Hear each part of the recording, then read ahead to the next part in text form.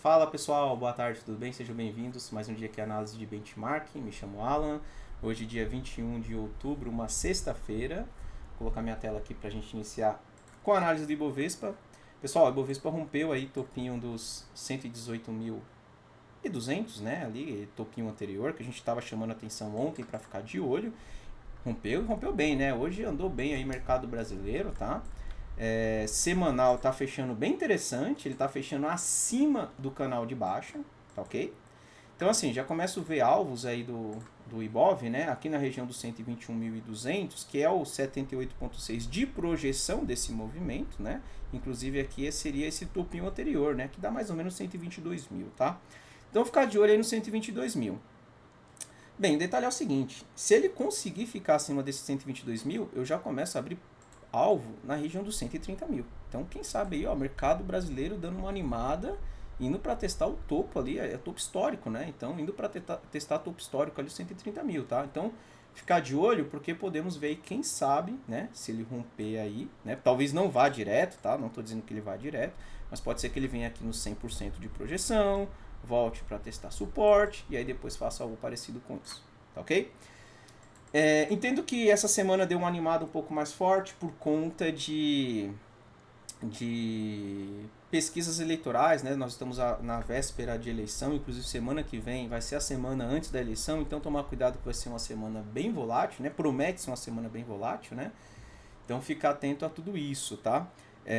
Então, vamos ficar de olho aí nessas questões. Pelo gráfico tá bem interessante. Ficar de olho aí nos 122 mil para ver como ele vai reagir. Se romper, tem chance de ir lá nos 130 mil, né? É claro que talvez não vá direto, né? Ele vai, mas aí ele dá um pullback, testa suporte e depois tenta novamente, tá? Acima de 122 mil, eu já começo a pensar no alvo de 130 mil, tá ok? Então, vamos acompanhando aí como que o Ibovespa vai se comportar na próxima semana e também como que a eleição aí vai fazer preço na próxima semana, né? Então vamos acompanhar todos esses eventos aí, que são eventos bem importantes, né? Vamos dar uma olhada aqui no gráfico do dólar também, WDL FUT. Ó, o dólar ele tá perdendo aí uma região de fundos, né? Tinha comentado ali com você, se perdesse aqui ele volta para testar aqui essa região dos 5 mil, né? Que é 5 reais ali mais ou menos. Então, perdendo aqui, vejo o dólar neste ponto aqui, ok? Chegou nessa região, repara que ele começa a ganhar linhas vermelhas para baixo, né? Linhas vermelhas para baixo, eu já começo a imaginar isso daqui, ó. Ele perdendo essa linha de tendência, que é uma linha de tendência aqui um pouco mais antiga, vem lá de trás, né? Então, pegando este fundo aqui de 2018, aí eu peguei esse fundo aqui também, foi pelo gráfico semanal que eu fiz, né? Daria até para fazer assim também, que na verdade ele já até perdeu, né? Tá? Então, perdendo aí essa região dos 5 mil, eu já começo a ver o dólar voltando para testar essa próxima linha vermelha nos 4.500, tá? Quem sabe aqui nos 4.400.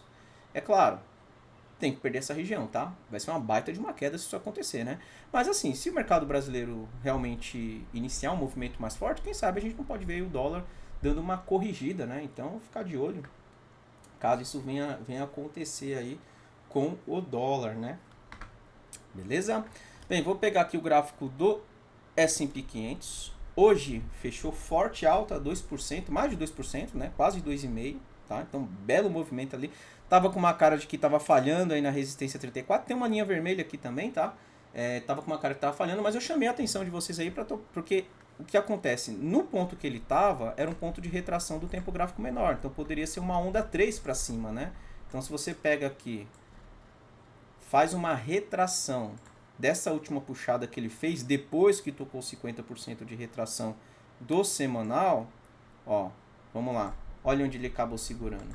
Ele voltou nos 38% de retração, né? E iniciou mais uma puxada para cima, tá? Então, o próximo ponto que eu vejo no S&P 500 de bastante resistência, olhando pelo gráfico diário, é justamente essa LTB aí do gráfico diário, próximo aí dos 3.800, tá? 3.800 eu considero um ponto de bastante resistência, tá ok? Vamos acompanhar o que vai acontecer por aqui. Considero o S&P 500 no ponto interessante, é 50% de retração semanal, já venho falando isso já há alguns dias, né? E olha como ele fechou bonito aí esse semanal acima dos 50%. Não dá para dizer que ele reverteu, né? Não dá para dizer que ele reverteu, mas já é um sinal que dá para a gente acompanhar. E quem sabe aí a gente não veja o S&P 500 voltando para testar o topo aqui do canal, né? Já pensou ali, ó, 4.200, 4.100. Então, se o S&P 500 fizer isso daí, acredito que a gente tem uma melhora aí no cenário global, né? Inclusive falando até de cripto, né? Cripto, mercado brasileiro, tudo deve se beneficiar aí se o S&P 500 começar um movimento mais forte aí de alta, tá? Eu queria chamar a atenção no seguinte, tá? Nós não operamos notícias, mas eu gosto sempre de observar o que está acontecendo aí no mundo, tá? Eu vi hoje uma notícia que saiu mais cedo, né? Inclusive o mercado animou bastante depois que essa notícia saiu. Que o Wall Street Journal, eles soltaram lá uma matéria, né? Uma reportagem falando que em dezembro o Fed pode ser um pouco mais suave no ajuste da taxa de juros, tá? E isso deu uma animada no mercado. Novembro provavelmente mantém a mesma coisa, né? Que a expectativa é que venham 75 pontos base na próxima reunião ali do Fed, no FONC, né? E na próxima reunião de dezembro, aí pode ser que venham 50 pontos base e isso deu uma animada no mercado. Porque, na verdade, a expectativa é que só começasse a diminuir o ritmo no ano que vem, né? E não em dezembro.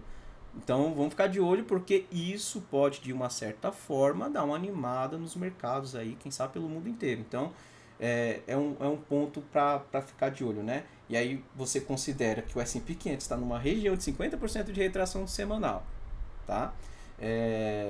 E tá certo que apesar de estar nos 50% do semanal, ele ainda está abaixo de uma linha de tendência do diário, né? Mas se ele começar a fechar acima dessa linha de tendência do diário, nós podemos ver aí, quem sabe, ele fazendo isso, né?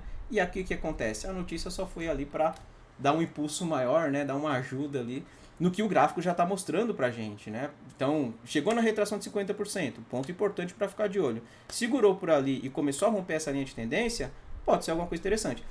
Mas se ele bater a cabeça nessa linha de tendência, vamos lá, pessoal, ainda está em tendência de queda, tá? Ele está fazendo um padrão de topos e fundos descendentes. Eu não estou falando que é compra, tá? Eu estou falando que ele reagiu no ponto importante que vale a pena a gente ficar de olho. Ele pode simplesmente fazer isso, tá? Se ele bater cabeça aqui, eu vou ficar de olho no teste do fundo. Testou o fundo, não fez novo fundo e rompeu a linha de tendência, aí eu já começo a achar um gráfico mais interessante para quem sabe ele voltar ali para a região dos 4.000. Rompeu, né? Vai que ele rompe aí na próxima semana já direto, né? Não venha para testar fundo direto. Eu vou esperar um pullback. Voltou para testar a linha de tendência rompida. Se ele segurar, eu já entendo que começa a abrir alvo aqui na região dos 4.000 também, tá? Então, vamos ficar de olho, porque podemos ver aí, quem sabe, o mercado dando uma animada nos próximos dias, nas próximas semanas, tá ok? Então, S&P 500 é isso aí que eu comentei. Agora eu vou falar aqui do Bitcoin, né? BTC-USD. Bem, o Bitcoin ele segue na mesma situação que a gente já vem comentando aí já faz um bom tempo, andando de lado, né? Ele não perde essa faixa verde, mas também não rompe a linha vermelha. Vamos ficar de olho, ele está segurando mais uma vez na faixa verde.